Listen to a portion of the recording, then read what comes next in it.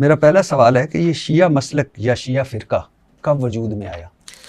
بسم اللہ الرحمن الرحیم۔ شیعہ مسلک کی بنیاد رسول اللہ صلی اللہ علیہ وآلہ وسلم نے ڈالی کہ جب آپ نے ارشاد فرمایا یا علی انت و شیعتک ہم الفائزون۔ 80 حدیثیں میں نے علماء اہل سنت کی کتابوں سے جمع کی تھیں، اور اب تو بہت بڑی تعداد میں علماء اہل سنت نے اس موضوع پر کام کیا ہے، کتابیں لکھ ڈالی ہیں۔ خاص طور پہ ابھی پچھلے دنوں جو پنڈی اسلام آباد کے ایک بزرگ عالم دین نے کتاب لکھی ہے کہ اہل سنت حدیثوں کی کتابوں میں، احادیث کتب اہل سنت میں، کتب احادیث اہل سنت میں شیعہ روات، شیعہ راوی جو نبی مکرم سے روایت لیتے ہیں، سرکار دو جہاں سے حدیث سنتے ہیں اور وہ پھر اس کو نقل کرتے ہیں، اور جس حدیث کا راوی شیعہ ہے اور وہ نبی سے سن رہا ہے تو اس کا مطلب ہے کہ یہ لفظ شیعہ، اس کی شناخت، اس کا عنوان، اس کی پہچان بے حیثیت شیعہ وہ رسول اللہ کے زمانے سے تھی اور مولا علی کے زمانے سے تھی۔ تو میرا ہی نہیں بلکہ ہمارے تعلیمات کا یہ دعویٰ ہے کہ شیعہ عنوان جو ہے وہ نبی کے زمانے سے ہے۔ سرکار نے فرمایا یا علی انت و شیعتک ہم جیرانی فی الجنہ۔ میں ابھی حدیثیں پڑھ رہا ہوں آپ کے سامنے، یہ کتب اہل سنت میں لکھی ہوئی ہیں۔ اور بات ہے کہ مفتی شامزئی صاحب نے عقیدہ ظہور امام مہدی کے حوالے سے کتاب لکھی ہے، کتاب کا نام ہی عقیدہ ظہور مہدی ہے۔ اس میں وہ لکھتے ہیں کہ اس عقیدے کو صرف شیعہ حضرات ہی نہیں بلکہ اہل سنت بھی امام مہدی کا عقیدہ رکھتے ہیں، اور پھر اس میں انہوں نے روات کا ذکر کیا ہے اور جرح و تعدیل کیا ہے راویوں کے اوپر، اور اس کے بعد انہوں نے فرمایا کہ اس میں بعض راوی شیعہ ہیں جنہوں نے اس عقیدے کو نبی سے نقل کیا ہے۔ تو پھر وہ لکھتے ہیں کہ ہاں یاد رہے کہ آج کا شیعہ اور اس وقت کے شیعوں میں فرق ہے۔ تو یہ ایک علیحدہ بحث ہے کہ آپ ظاہر ہے ہر شیعہ، ہر سنی، ہر مسلمان، ہر انسان ہی مختلف ہوتا ہے، کوئی کسی جیسا نہیں ہوتا۔ لیکن یہ کہنا کہ بعد کی ایجاد ہے یا بعد میں کوئی مذہب بنا، مسلک بنا، نہیں۔ ہمارا دعویٰ ہے کہ سب سے پہلا عنوان ایک اچھا مسلمان، ایک بہترین اسلام کی تصویر تشیع ہے۔ لیکن سر شیعہ کتابوں میں ہے کہ شیعہ مسلک کا بانی عبداللہ بن سبا ہے۔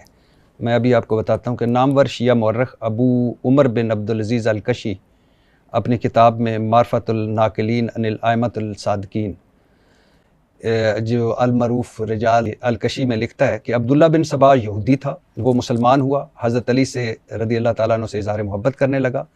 اس کا جو عقیدہ حضرت موسیٰ کے وصی یوشع بن نون کے بارے میں تھا، وہی عقیدہ حضرت علی رضی اللہ تعالیٰ عنہ سے متعلق اختیار کیا۔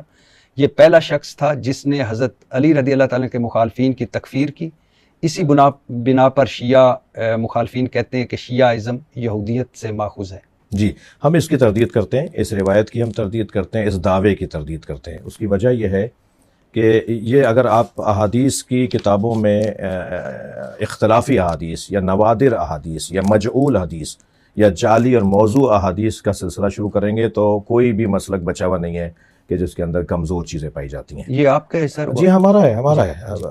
آپ ہمیں بحر النوار کا بھی حوالہ دے سکتے ہیں، مگر میں تو آپ کو اپنی ان کتابوں کی طرف توجہ دلاؤں گا جس میں عبداللہ ابن سبا کو امام علی علیہ السلام نے جلانے کا حکم دیا، زندہ جلانے کا۔ جی میں اگر نامور جو شیعہ مورخ ہے، شیعہ جید عالم ہے، علم الکلام کے ماہر اور فلسفی ہیں، ابو القاسم حسین بن روح نوبختی اپنی کتاب فرقہ الشیعہ میں لکھتے ہیں کہ عبداللہ بن سبا حضرت ابو بکر، حضرت عمر رضی اللہ تعالیٰ عنہ، حضرت ابو بکر رضی اللہ تعالیٰ عنہ، حضرت عثمان رضی اللہ تعالیٰ عنہ، دیگر صحابہ پر تان و تشیع کا آغاز کرنے والوں میں سے تھا۔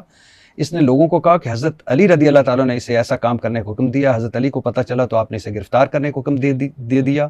اسے گرفتار کر کے لایا گیا۔ اعتراف کرنے پر حضرت علی نے اسے قتل کرنے کا حکم دیا، مگر لوگوں نے کہا کہ امیر المومنین ایسے شخص کو قتل نہ کریں جو اہل بیت سے محبت کی طرف لوگوں کو بلاتا ہے، جس پر حضرت علی رضی اللہ تعالیٰ نے اسے جلا وطن کر کے ایران کے شہر مدائن کی طرف بھیج دیا۔ جی ہمارا یہی کہنا ہے کہ یہ شخص ضرور تھا، ایک وجود ہے اس کا، مگر نہ ہماری کسی کتاب میں، یعنی میں موٹی دلیل دے رہا ہوں، اگر عبداللہ ابن سبا ہمارا بانی ہے تو ہم اسے حدیثیں لیں نا، ہم اسے روایات کو نقل کریں نا۔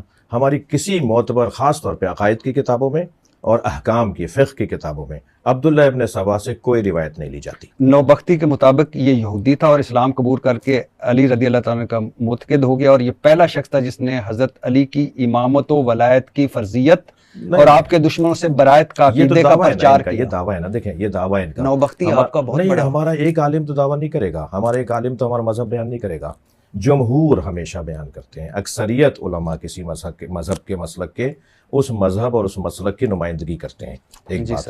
دوسری بات یہ کہ ایک عالم نے نہیں، میں تو ابھی اگر آپ اس طرح سے گفتگو کریں گے تو تحریف قرآن کی آپ میرے یہاں لے آئیں گے روایات کے آپ یہاں محدث نوری نے قائل ہوئے ہیں کہ قرآن میں تحریف ہے. ٹھیک ہے, تو میں 4 حوالے آپ کو دے دوں گا کہ اہل سنت کے علماء نے بھی تحریف کی گفتگو کی ہے. حضرت صحابہ کرام میں بعض شخصیات قرآن کی بعض آیات کے جو ہے وہ زیادہ ہونے اور کم ہونے کے دعوے دار ہیں.